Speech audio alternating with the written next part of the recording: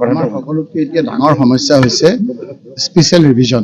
মানুহক যেনেকৈ হলটেকত পেলাব কৈছে হিমন্ত বিশ্ব শৰ্মাই, এই ক্ষেত্ৰত আমাৰ সভাপতি ডাঙৰীয়াই কৈছে যে সকলো বিৰোধী দলৰ ঐক্য মঞ্চই আমি গৈ আমাৰ চিফ ইলেকশ্যন অফিচাৰ CEO-ক আমি অভিযোগ দিছোঁ, যিজন ইলেকশ্যন কমিশ্যন অফ ইণ্ডিয়াৰ প্ৰতিনিধি আছে, আৰু তেওঁ আমাক অভয় প্ৰদান কৰিছে যে আপোনালোকে যি ধৰণেৰে দফাই দফাই নিয়ম কানুন বান্ধি পেলাই আমাক দিছে, যিসকলক ইলিগেলি মানুহক হেৰাছমেণ্ট দিছে, সেই হেৰাছমেণ্ট দিয়া লোকসকলক কোনোপধ্যেই হিমন্ত বিশ্ব শৰ্মাৰ কথা মতে আমি ভোটাৰ লিষ্টৰ পৰা নাকাটো, এই কথা তেওঁলোকে আমাক অভয় দিছে।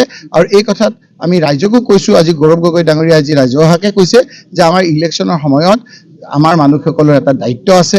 SR চলি থকা অৱস্থাত আমাৰ ইয়াৰ পৰা গৈ তেওঁ আজি ক'লে যে আমাৰ মিটিংখনৰ মূল এটা কথা হ'ল আপোনালোকে ইয়াত ডাঙৰ সভা পাতিলে, কিন্তু এতিয়া ভোট কমিটিলৈ গৈ প্ৰত্যেকজন লোকক, যিসকল ভুক্তভোগী, যাৰ নামটো ইলিগেলি আপোনাৰ বিভিন্ন ক্ষেত্ৰত হাৰাশাস্তি কৰিছে, সেইসকলৰ কাষ চাপিব দিছে, আমাৰ বিভিন্ন NGOক যাব দিছে, আমাৰ কংগ্ৰেছ কৰ্মীসকলৰ ওচৰত যাব দিছে, আৰু গৈ কৈছে যে মানুহবিলাকক সহায় কৰক, কেনেকৈ মানুহক আপোনাৰ হাৰাশাস্তি কৰিছে, দফাই দফাই এই কথাখিনি আমি দেখাই দিছোঁ যে অন্যায়ভাৱে কোনো আমাৰ নিয়ম কানুন নামানি SRৰ এটা প্ৰভিজন আছে যে 7 দিনৰ আগত কোনো ধৰণৰ নটিচ দিব নোৱাৰে, 7 দিনৰ আগত দিয়াৰ আগত COৰ কাৰ্যালয়ত আপোনাৰ প্ৰকাশ কৰিব লাগিব, আপোনাৰ BRO কাৰ্যালয়ত প্ৰকাশ কৰিব লাগিব। আমাৰ ইয়াৰ BROৰ কাৰ্যালয় ক'ত আছে?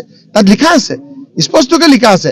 গতিকে আপোনালোকে দেখিছে যে আমি বিশ্বাস ৰাখিছোঁ ইলেকশ্যন কমিশ্যন অফ ইণ্ডিয়াই যে তেওঁলোকৰ নিজে যিখন গাইডলাইন উলিয়াইছে, সেই গাইডলাইন মতে এতিয়া যিখিনি ইলিগেল আপোনাৰ অবজেকশ্যন দিছে 99% যি আপোনাৰ কেঞ্চেল হ'ব, সেইটো খাটাং।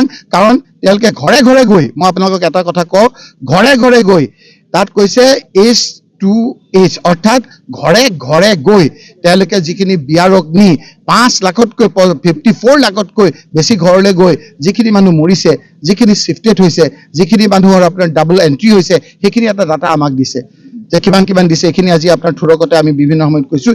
এইখিনিৰ বাহিৰে এতিয়া হিমন্ত বিশ্ব শৰ্মাৰ কথা মতে যিবিলাক অভিযোগ দিছে, এই অভিযোগবিলাক মিথ্যা, এইবিলাক যে অসত্য, এইবিলাক যে উদ্দেশ্য প্ৰণোদিত। তেওঁ নিজেও কৈছে, হিমন্ত বিশ্ব শৰ্মাই নিজে কৈছে, আপোনালোকে শুনিছে যে হওক নহওক, তাৰমানে নহওক আমি অত্যাচাৰ কৰিম। এইটো মানসিকতা, তাৰমানে নহ'ব, জানে মানুহক অত্যাচাৰ কৰিছে। এতিয়া মানুহে অকণমান সংযমী হৈ থাকিব লাগিব।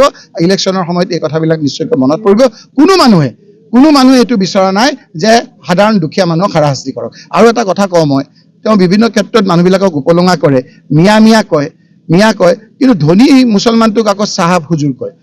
আপুনি চাব যে তেওঁ কিন্তু ধনী বদৰুদ্দিন আজমলক হুজুৰ বুলি কৈছে, মই দেখুৱাই দিম, হুজুৰ বুলি কৈছে। আপোনাৰ বিদেশৰ পৰা যেতিয়া জুব্বা পিন্ধা মুছলমান আহে, তেওঁক ভাই বুলি কৈছে মোদী ডাঙৰীয়াই, মোৰ ভাই, মোৰ নিজৰ আত্মীয়। আৰু দুখীয়াকেইটাক আপোনাৰ বিভিন্ন ধৰণৰ হাৰাশাস্তি কৰিছে। এই কথাবিলাক ৰাইজে বুজি পাইছে। কোনো আপোনাৰ ধৰ্ম নিৰপেক্ষ ব্যক্তিয়ে এনেধৰণৰ অশান্তি নিবিচাৰে। সকলোৱে বিচাৰে আমি ভালে ভালে থাকোঁ, সকলোৱে বিচাৰে, অন্যক বাদ দিয়ক, বিজেপিখিনিয়ে বিচাৰিছে যে হিমন্ত বিশ্ব যাওক, আমি অন্তত মিলা প্ৰীতিৰে শান্তিৰে থাকোঁ।